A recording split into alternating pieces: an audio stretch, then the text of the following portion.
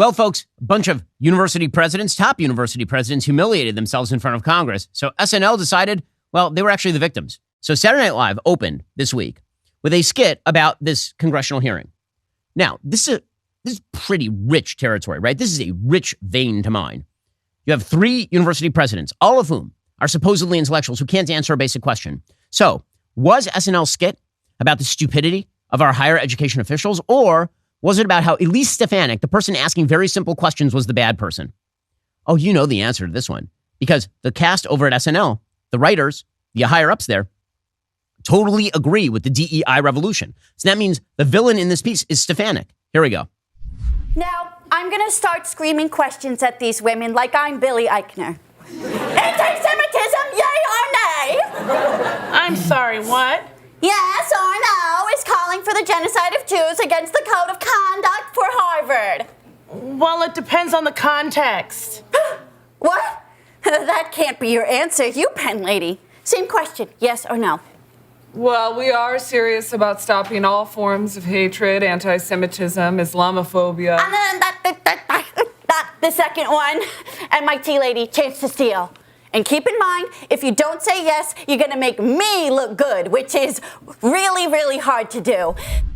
Okay, so the entire skit, again, because they're protecting the university presidents. Because of that, they cannot even get a laugh at the expense of university presidents, because to acknowledge that these university presidents are enmeshed in an ideology that is evil would mean to undermine the very basis for so much of the Democratic Party coalition.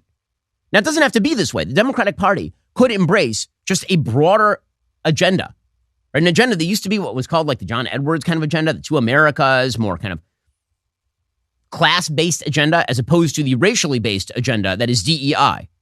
But they won't do that because they believe that since 2012, since Barack Obama won in 2012, the Democrats have believed that they have created a coalition of the oppressed that is electorally undefeatable, which is wild since they lost in 2016.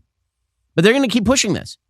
The Democratic Party is going to keep moving along with this, which is why, of course, the headline from the New York Times is, quote, "As fury erupts over campus anti-Semitism, conservatives seize the moment." Wow, so much seizing. My favorite brand of New York Times journalism is the Republican Notice headline. Republicans notice. Democrats kill baby. Republicans notice. Democrats pro-anti-Semitism. Republicans notice. Yes, the real headline there is Republicans noticing. Let's talk about the way that light comes into your house. This is a big thing for me. So in our house, the thing that I love best about our house, lots of windows, lots of light coming into the house. But what that means is that when I have the window coverings on, they can't look hideous. Because let's be real, if you don't have any window coverings, well, then everyone can see in your house whenever, and also all the heat, and it's just go to Blinds.com. Okay, that's all I'm saying. With over 40,000 5-star reviews, Blinds.com is the #1 online retailer of custom window coverings. You can measure and install it yourself, or have Blinds.com send local professionals to take care of the installation for you. There is no showroom, no retail markets. No matter how many you order, installation is just one low cost. If you don't have an eye for design, Blinds.com experts are always available to help choose the style and color right for you. Everything they sell is covered by their perfect fit and 100% satisfaction guarantee. With hundreds of styles and colors to choose from, Blinds.com is sure to have the perfect treatment for your windows. Shop Blinds.com's Merry Green Monday sale. It's happening right now. Get up to 45% off select items. Save up to 45% off right now at Blinds.com. When you check out online, don't forget to tell them you heard about Blinds.com from The Ben Shapiro Show. Rules and restrictions may apply. Go check them out right now. Blinds.com. College football playoff teams were announced last week, which means now is the perfect time to join Prize Picks. Even if you don't follow college football, Prize Picks offers projections on pretty much every sport there is. NBA, MLB, NFL, NHL, PGA, college sports, esports, NASCAR, tennis, MMA, disc golf, whatever you are into. Prize Picks is the easiest and fastest way to play daily fantasy sports. You pick 2 to 6 players, you choose whether they will score more or less than their Prize Picks projection. You can win up to 25 times your money on a single entry. You don't compete against other people. It's just you versus the projections. Plus, Prize Picks has a reboot policy. It keeps your entries in play, even if one of your players gets injured. For NFL games and college football top 25 matchups, if you have a player who exits that game in the first half and doesn't return in the second, that player is now magically rebooted. Prize Picks is the only daily fantasy sports platform with injury insurance. So producer Jake, big football and basketball fan, and Prize Picks allows Jake to enjoy his weekends by making entries on his favorite players. He says the easy-to-use interface is fantastic. It is for you too. Go check it out. Go to prizepicks.com/Ben. Use promo code Ben for a first deposit match up to $100. That's prizepicks.com/Ben. Promo code Ben for a deposit match up to $100. So if you are somebody who doesn't like the DEI agenda because it is bad, actually it's quite horrible, it's not going to be enough to just fire a few of the presidents. That's not enough. If they are then replaced with presidents who attempt to, quote unquote, broaden out DEI, this whole system has failed.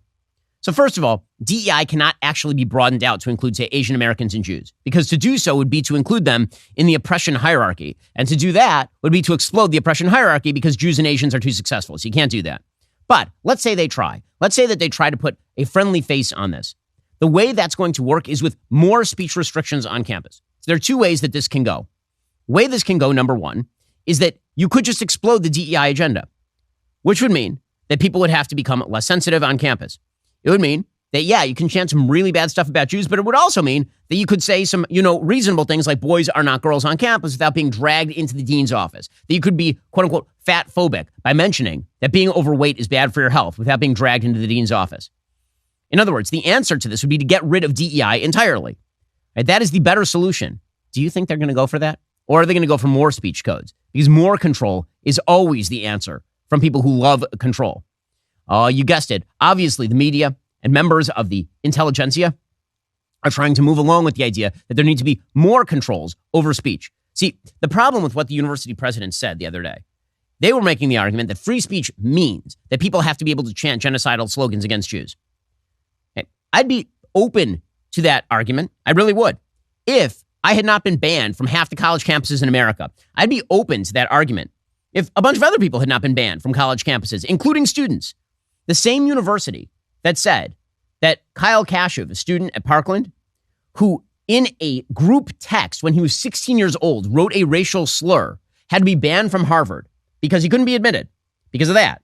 That same university says that you can chant genocidal slogans on campus. Okay, you can't have it both ways. If the idea is that this double standard is what is to prevail, we'll just add Jews to the double standard. That doesn't solve the problem at all. In fact, in many ways, it makes the problems worse because, again, the hypocrisy is perfectly obvious to everyone. And yet, that is precisely what is being called for by, wait for it, the intelligentsia. So a person named Claire O. Finkelstein, an Algernon Biddle professor of law and professor of philosophy at University of Pennsylvania, she has a piece titled, "To Fight Anti-Semitism on Campuses, We Must Restrict Speech." That's at the Washington Post. She says, "The value of free speech has been elevated to near sacred level on university campuses," which is a joke. That is a lie. It is not true at all. But she says, as a result, universities have had to tolerate hate speech, even hate speech calling for violence against ethnic or religious minorities. University presidents are resisting this conclusion. Rather than confront the conflict between the commitment to free speech and the commitment to eliminating the hostile environment facing Jewish students on campus, many simply affirm their commitment to both, or buy time by setting up task forces to study the problem. Countering speech with more speech might just mean adding to the hateful rhetoric on campus and would not solve the problem. So instead, this person recommends that universities shut down more speech. Universities have a duty under Title VI of the Civil Rights Act to ensure their campuses do not descend into quote-unquote hostile environments that effectively exclude students of ethnic, religious, or racial minorities from receiving the benefit of educational programs and activities on campus. In fact, Penn has already been sued by 2 Jewish students alleging the university has become an incubation lab for virulent anti-Jewish hatred. Though open expression and academic freedom are critically important values in higher education, says this professor, there are other values that universities must promote as well. For example, encouraging civil dialogue across differences, etc. Now, does anyone believe the universities have been promoting this stuff? No. The universities have been engaging in Marcuse-style repressive tolerance for literally my entire lifetime and longer. And now, it's only now that they are starting to talk about, oh, by the way, free speech matters when you're yelling at Jews. It's the double standard that everybody's noticing. Are you tired of the lies and the twists of the mainstream media talking points? Yeah, me too. Join me in my newest series, Fact, where I dismantle and bring truth to this tiring mainstream agenda.